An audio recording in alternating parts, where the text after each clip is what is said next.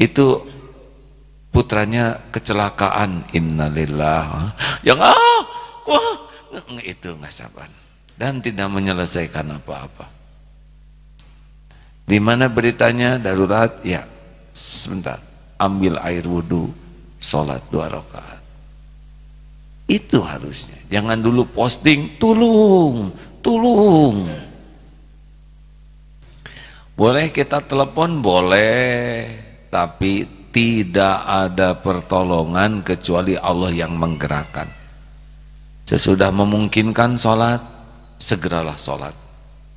Karena semua urusan ada dalam kekuasaan Allah. Tidak ada yang lebih pahit dari berharapnya hati kepada Allah. Allahumma ftah lana hikmataka ya Allah.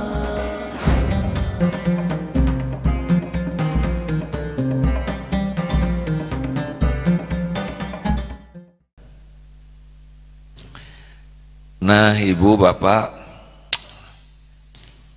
wasta'inu bis-sabri was-shalah.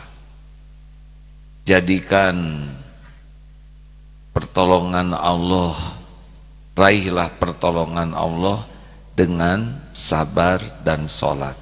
Ini rambu-rambu yang Allah berikan. Jadi kalau ada apa-apa, sabar, lalu sholat. Sabar itu apa? Tahan diri, tahan lisan, tahan sikap dari apa yang tidak Allah sukai. Itu sabar. Jadi boleh bicara, boleh, sesudah yakin perkataannya ini disukai Allah. Makanya tertipu, aduh cilaka Allah aing kumaha, itu tidak sabar. Harusnya terjadi sesuatu, innalillah wa inna ilaihi raji'un.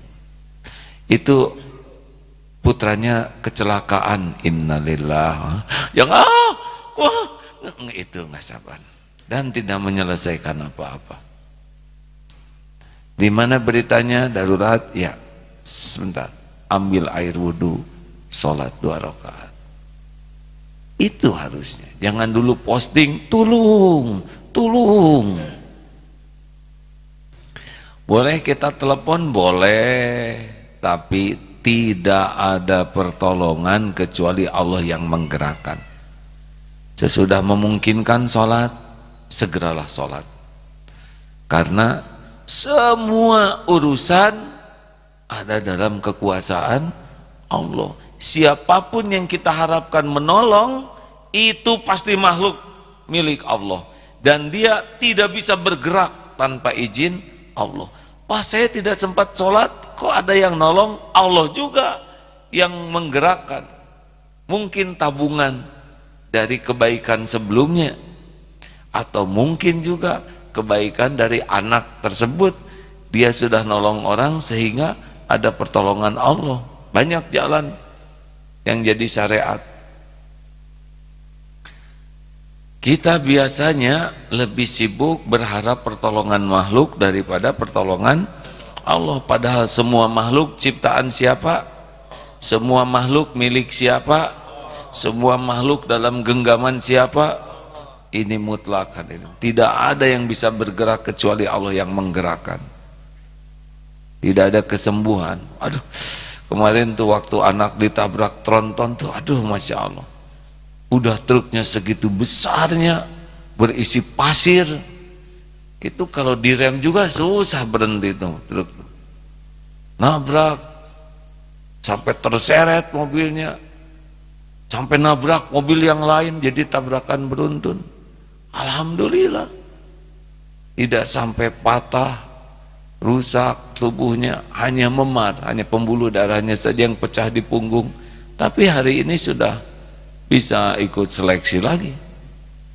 Hanya 2 hari di opnamenya, hari ketiga pulang. Logikanya wah berat. Allah lah yang melindungi. Dengan ditabrak truk tronton itu, yang sudah-sudah sih Allah yang menggerakkan supirnya menolong. Allah yang menggerakkan ambulans datang tepat waktunya, Allah yang menyediakan oksigen, sehingga Allah juga yang membuat orang-orang para dokter yang ahli bisa, dan Allah juga yang menyiapkan dananya. Ketika mau bayar kan lumayan ada yang membayarkan gitu, kantor begitulah, dan itu juga Allah yang menyiapkan. Tidak ada kantor yang nggak mau bayar ya, tapi ya walaupun gratis ya tidak mau lah ya. Ini ada amputasi gratis, mau?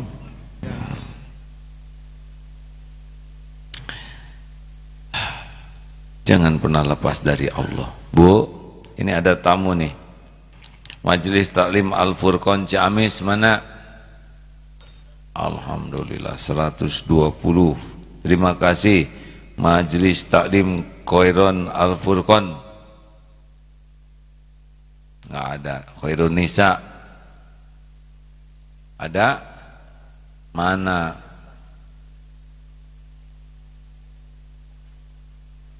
Ya udah, dadanya jangan kelamaan, itu sampai nyelepet begitu ya.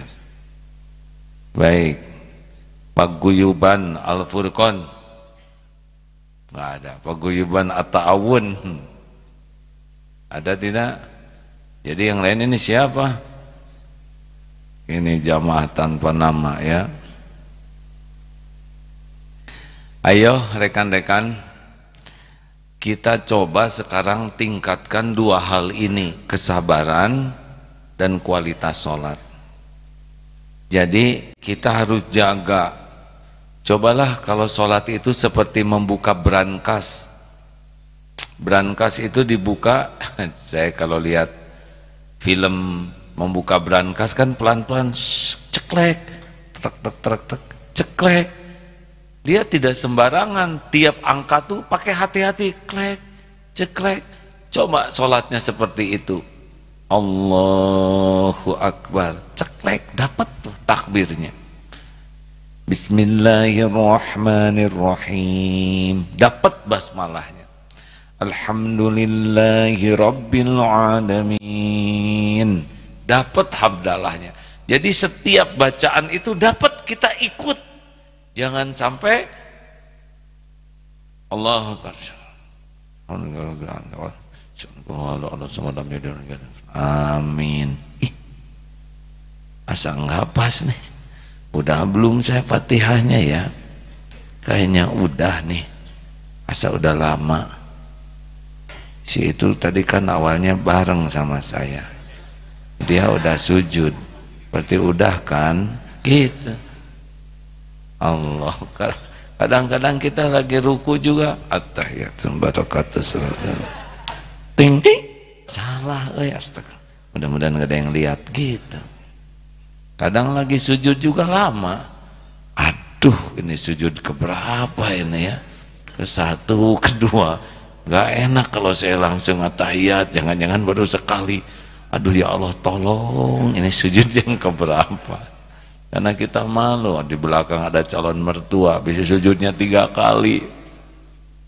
Saya juga malu, ada kiai sujud 3 kali, kan tepuguh ada. Kok ceritanya menjiwai sekali, memang. Kadang kita lagi duduk di antara 2 sujud, baca Fatihah, Bismillahirrahmanirrahim. Ayo, yang paling mengerikan adalah ketika tidak khusyuk, salam bilalamina innaka astagfirullahaladzim, astagfirullahaladzim. Assalamualaikum, assalamualaikum, assalamualaikum, assalamualaikum, assalamualaikum, assalamualaikum. Wah, ini fatal ini hadirin. Semoga tidak terjadi pada kita ya. Tapi ini saya dengar kisah nyata dari seorang ibu-ibu ini. Aduh, katanya saya tuh tidak khusyuk, sholat subuh ngantuk. Astagfirullahaladzim. Ada juga beliau cerita lagi subuh ngantuk. Air mateng. Langsung beliau ke dapur. Lagi pegang teko.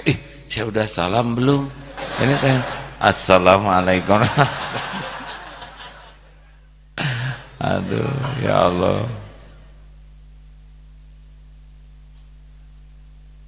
Ayo kita perbaiki sholatnya. Mau tahu salah satu tekniknya tadi seperti brankas. Jadi satu-satu kita sempurnakan.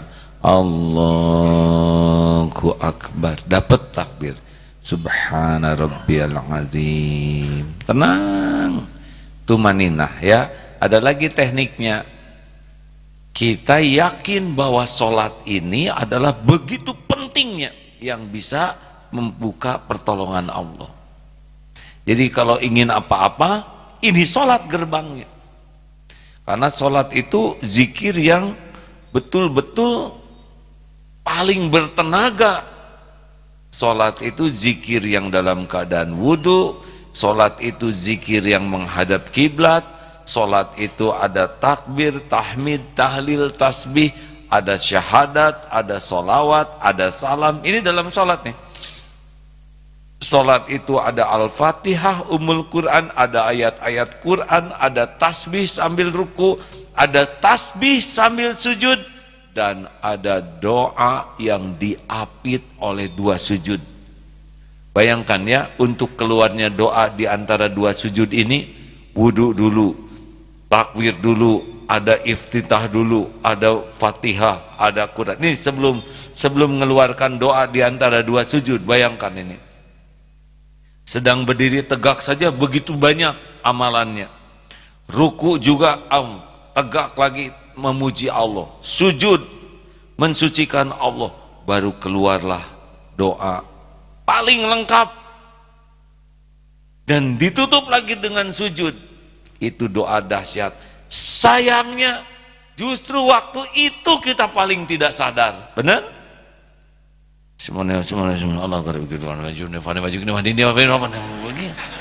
Jadi udah mah enggak sadar lagi doa juga ngomongnya cepat.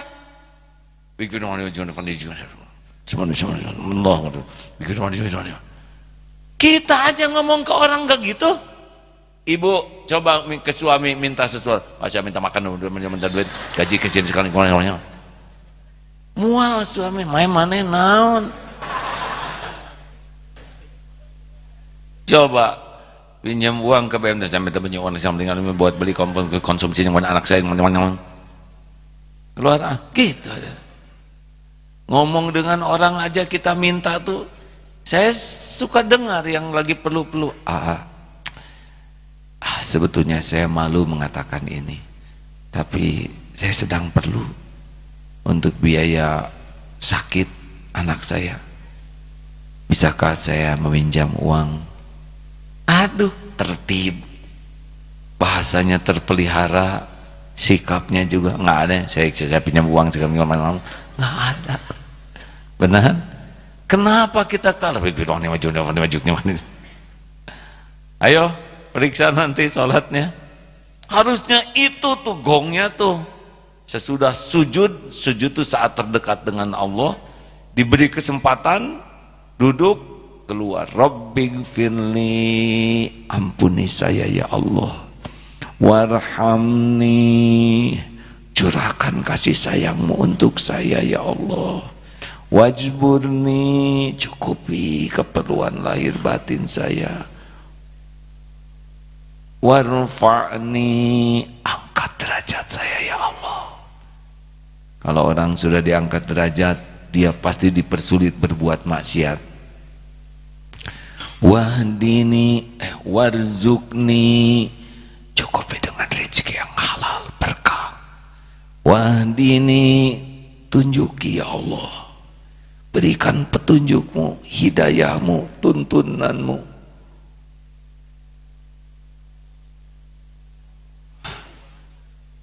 Nah, kalau satu-satu jadi lupa hadirin.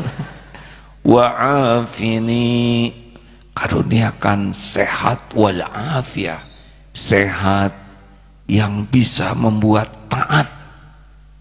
Tidak semua sehat jadi taat hadirin. Ada yang sehat jadi maksiat. Banyak mata sehat, tidak semua mata suka baca Quran. Banyak mata sehat, banyak juga yang dilihat maksiat dari mata. Kita ingin afiah, sehat yang jadi taat. Wa'fu anni, wa'fu anni itu seperti jalan di padang pasir, tapaknya dihembus angin, hilang tapaknya. Jejak digital maupun non digital dosa kita bisa hilang. Kalau Rabbig firli ditutup, kalau ditutup tidak bisa dibuka siapapun. Tapi kalau wa'fu anni dihapus. Coba itu udah paling komplit, dan setan paling mati-matian membuat kita tidak sadar waktu sujud dan waktu doa. Betul? Sujud itu saat paling dekat dengan Allah, doa itu doa yang paling komplit. Makanya oleh setan ditipu, paling hilang saja ini. Ayo rekan-rekan sekalian, kalau belum bisa banyak sholatnya, sholat yang ada sing berkualitas. Kalau tidak bisa tahajud 11 rakaat, yang duanya yang bagus. Dan itu harus ditekadkan. Orang tidak punya tekad sholat khusyuk, tidak akan khusyuk sholatnya. Karena harus pakai target. Saya ingin sholat khusyuk. Lalu fokus berusaha sholat khusyuk. Lalu disiplin menjaga tiap bacaan, tiap gerakan, fokus ke Allah. Kalau kita belum bisa 11 rakaat, 2 rakaat khusyuk tambah witir 1, Masya Allah. Terima kasih. Sekian, ada pertanyaan?